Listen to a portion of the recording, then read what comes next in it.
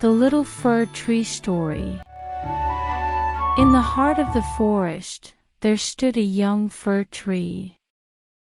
It grew in a fine spot with plenty of fresh air and sunlight, but it was surrounded by trees that were far taller and stronger than itself.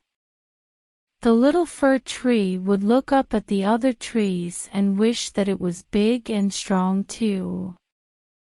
All the little fir tree could think was, I wish I would grow up quickly. I wish I could see what the world is like. 1 year passed and then another, and though the little fir tree grew, it was never quite fast enough. Why can't I grow more quickly? It sighed.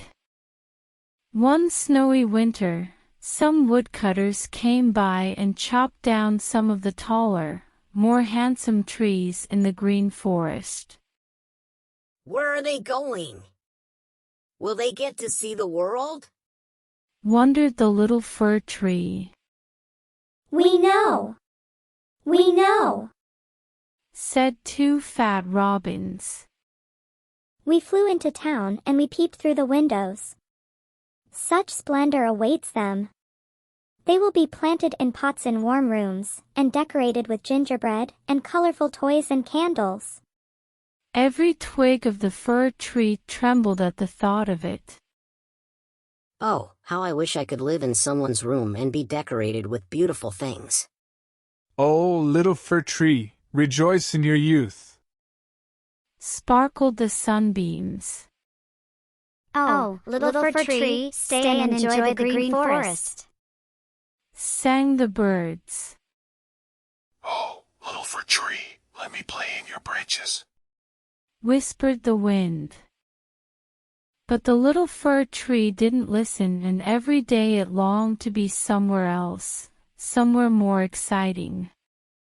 Over the next year, it grew into a tall, strong tree. Everyone who passed by said how beautiful it was. When the woodcutters returned in winter, it was the first tree to be cut down. At last. Thought the fir tree. It was placed in a horse-drawn cart and carried to a large house. Two servants lifted the fir tree into the house and set it down in a grand drawing room.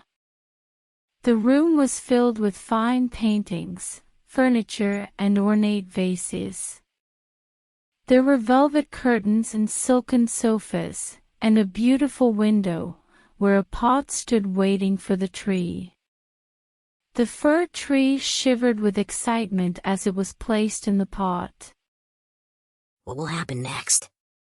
It wondered. Several servants came into the room and sighed at the sight of the lovely fir tree. They thought to hang colorful decorations all over its branches. There were small net bags filled with sweets, golden apples, and clusters of walnuts, miniature dolls, wooden toys, baubles in every color of the rainbow, and hundreds of tiny candles, stuck to the branches with melted wax. Finally, at the very top of the tree, they placed a shimmering gold star. Later that night, a servant came to light every candle, so that the fir tree looked dazzlingly beautiful. A family dressed in fine clothing came into the room, and the children gasped with delight to see the splendor of the fir tree. The tree's branches quivered with uncertainty. What will they do to me now? Will I stay here? It worried. Soon the family were singing carols around the tree, and the little ones danced around it, ruffling its branches as they went. Later, a maid came to snuff out the candles, and the children began plundering the fir tree for its hidden toys and treats. Nobody paid any attention to the tree now. They were too busy playing with their gifts. At last, the children tugged on the sleeve of one of the older men. Daddy, tell us a story. They begged. He smiled and sat down next to the tree, where he told them the story of Humpty Dumpty, who fell off a wall, but married a princess and became a king.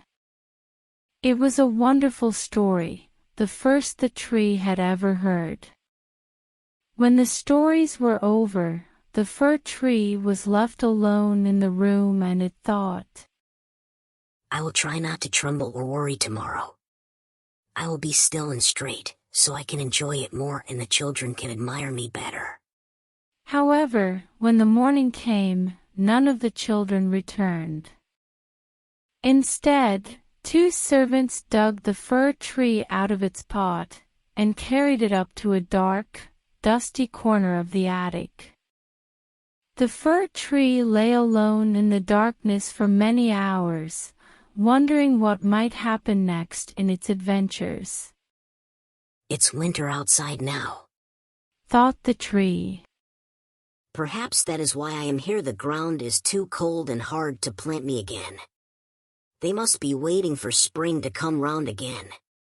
And so the fir tree lay patiently in the dark, dusty attic for many long days and nights, and it often thought, how nice it would be to feel the sunbeams or the breeze on my branches right now. How I miss the hare that used to hop over me, and the beauty of the forest I grew up in.